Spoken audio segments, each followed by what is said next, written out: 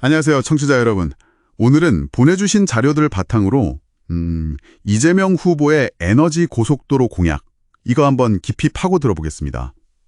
상당히 큰 그림인데요. 전국 단위 재생에너지 전력망이라. 네, 그렇죠. 서해안에 이제 해상풍력 발전단지 만들어서 거기서 나온 전기를 수도권으로 보내고 이걸 또 동해안까지 쭉 U자 형태로 연결하겠다는 구상입니다. 목표는 탄소 중립이랑 지역 균형 발전. 좋아 보이는데 네, 목표는 그런데 이게 실제로 가능하냐, 특히 그 시간이 문제라는 얘기가 계속 나오고 있죠. 맞아요. 그 최소 9년 이상 걸린다. 왜 이런 얘기가 나오는지, 그리고 진짜 우리 기술로는 이게 어려운 건지 오늘 좀 자세히 들여다보죠. 네. 먼저 그 9년, 왜 이렇게 오래 걸린다고 보는 건가요? 해저에 HVDC, 초고압 직류 송전망 까는 게. 이게 그냥 바다 밑도 선 긋는다고 끝나는 게 아니라서요. 자료들 종합해보면 단계가 꽤 복잡해요. 단계가요? 네. 일단 어디에 깔지 경로 정하고 주변 환경 괜찮은지 평가하고 인허가 받고 이게 다 사전 준비 단계죠. 바다니까 어업권 문제도 있겠네요. 그렇죠. 그런 이해관계자 협의까지 이런 계획이랑 인허가 단계에만 짧게 잡아도 몇 년은 그냥 가는 거죠. 몇 년이요? 벌써. 네. 그러고 나서야 이제 케이블 주문 제작 들어가고 육지에는 변환소 짓고 바다에는 실제로 케이블 설치하고 이게 또 몇 년 걸리는 대공사고요. 와, 그럼 설치만 해도 몇 년? 그렇죠. 마지막으로 다 설치하고 나서 제대로 돌아가는지 시운전하고 안정화하는 데 또 시간이 필요하고요. 그래서 다 합치면 해외 사례들 봐도 그래요. 해외 사례요? 네, 영국, 네덜란드 연결한 거나 노르웨이, 영국 이은 것도 보면 거의 9년, 10년 이렇게 걸렸거든요. 그러니까 9년이라는 게 아주 터무니없는 숫자는 아니라는 거죠. 보수적으로 보면요.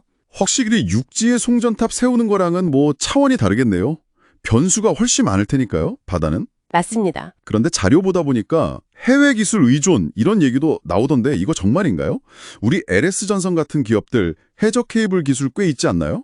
네, 그거 정확히 보셨어요. LS전선이 동해에 공장도 있고 거기서 초고압 해저 케이블 만들고 있거든요. HVDC용 포함해서요. 완도, 제주, HVDC도 LS전선이 한 걸로 아는데? 맞아요. 완도 동제주 사업 실적도 분명히 있죠. 105km면 짧은 거리도 아니고요. 250kV급 HVDC였으니까.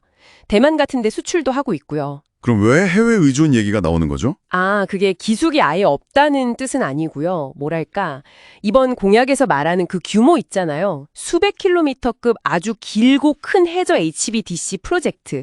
이런 초대형 프로젝트 경험이 아직은 글로벌 선두 기업들, 프리스미안이나 넥산스 이런 데에 비해서는 좀 부족하다.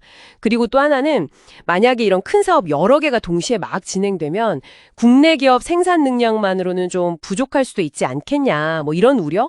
그런 맥락으로 봐야 합니다. 잠깐만요. 근데 이게 9년, 10년 걸리는 엄청 긴 사업인데 특정 시점에 갑자기 케이블 생산이 몰려서 공급이 안 된다. 이게 좀 납득이 잘 안 가는데요? 네. 아니 이런 큰 국책 사업하면서 정부가 그런 기본적인 생산 계획이나 물량 조절도 예측 못할까요? 이건 너무 앞서 나간 걱정 아닌가 싶기도 하고. 상당히 합리적인 의문입니다.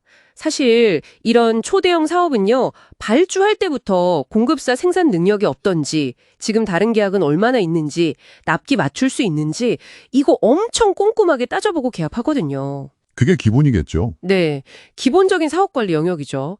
그러니까 LS전선 같은 우리 기업들 생산 능력 고려해서 국가 차원에서 사업 시기나 물량을 조절하면서 진행할 가능성이 훨씬 높습니다.